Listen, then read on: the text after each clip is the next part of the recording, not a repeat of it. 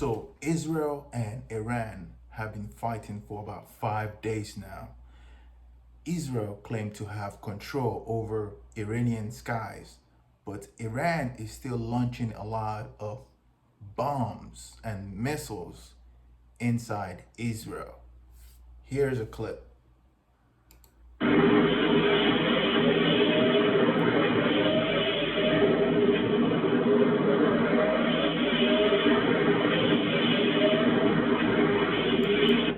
This clip says Israel is trying to hide this clip the moment the Iranian missiles fell on the Iron Drone failed.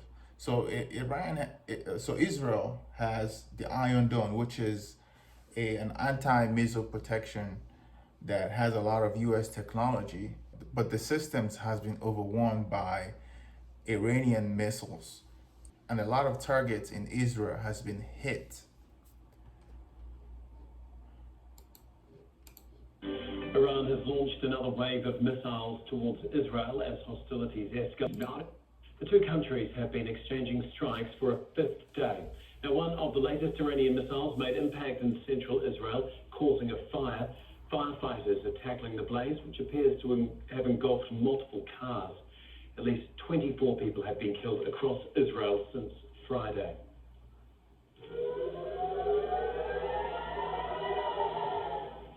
And earlier, air raid sirens sounded across Tel Aviv with multiple interceptions seen above the sky.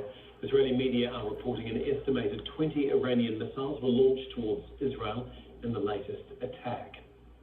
Well, Bernard Smith has more details from Jordan's capital, Amman. He's there because the Israeli government has banned Al Jazeera from reporting inside Israel, as well as the occupied West Bank. So Israel has been banning a lot of journalists because they don't want people to see the amount of damage that's being done by the Iranian missiles. So that's why if you see these clips like this coming out, it is done by citizen journalists, and they're capturing what's really going on inside of Israel and how much devastation is being caused by Iranian missiles. And Israeli government does not like it. Iranian missiles in the early hours of Wednesday caused fires in an area of central Israel, and Iran's Fars news agency says one of the targets was the Meron air base, that's in northern Israel. No indication whether that was hit. There is military censorship in wartime in Israel, and if sensitive targets are hit, media is prevented and not allowed to report that. Another area that was hit earlier on Tuesday was Herzliya. Buses set on fire in that area, and the Iranians again saying that was a military location. But Israel's military says it's destroyed in Iran about 200 missile launching locations, and they say they believe the Iranians are not able to fire the number of missiles they want to. There has been a reduction in the number of missiles. So Iran seems to be hitting a lot of Israeli military infrastructure and not just civilians areas.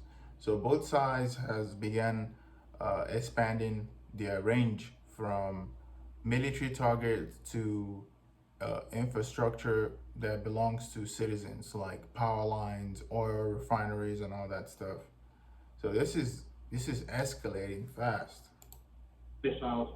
Israel is counting about 200 overnight, Saturday into Sunday. From Sunday to Monday, it was about 65. Monday to Tuesday, it was lower again at about 30. Most of the missiles, the Israelis say, are intercepted. They don't say how many get through, but as we've seen, the ones that do get through, and sometimes the shrapnel from them, have devastating consequences. So there's a lot of panic in Israel right now, which is not what Benjamin Netanyahu anticipated, and he's angry that Iranians are responding to his attack, and you can see a lot of Israelis are running away from the country. So Israel is being isolated. They're isolating themselves from the rest of the world. Empty of passengers. It's part of. And also here's some clips of Israelis landing in Paris.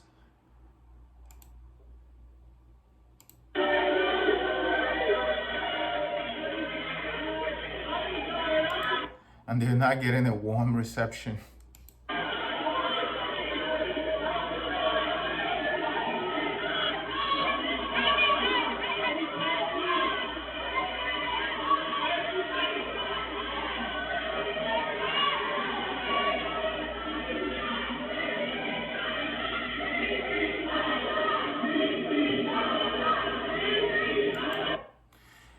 The interesting thing is a lot of Israelis look like Nordic people. They're not Semites looking. So it's just, and they have two passports. Most Israelis have two passports, but the Iranians don't have two passports. The Palestinians don't have two. Most of them don't have two passports. So whenever there's a problem in Israel, most of them flee the promised land. So it's a land that was promised, but once the bombs start coming in, they're out of there. They go back to their own country where they belong. So this is what's happening right now in Israel. A lot of the citizens are fleeing, and there's a lot of smart people in Israel. And those smart people, once you start throwing bombs, they're out of there. They're going to they're taking their kids and their family, and they're going to a safer country, which is the country that most of them actually came from. So it's quite interesting.